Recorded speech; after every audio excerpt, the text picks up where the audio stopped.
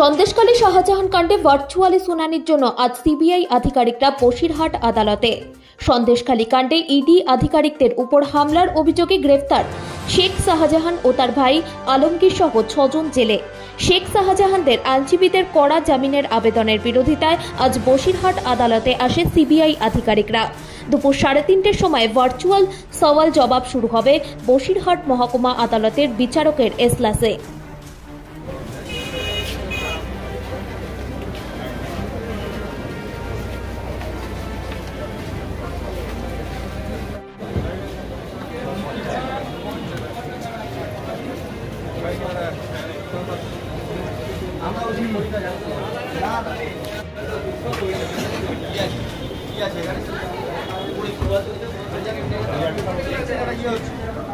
জানো না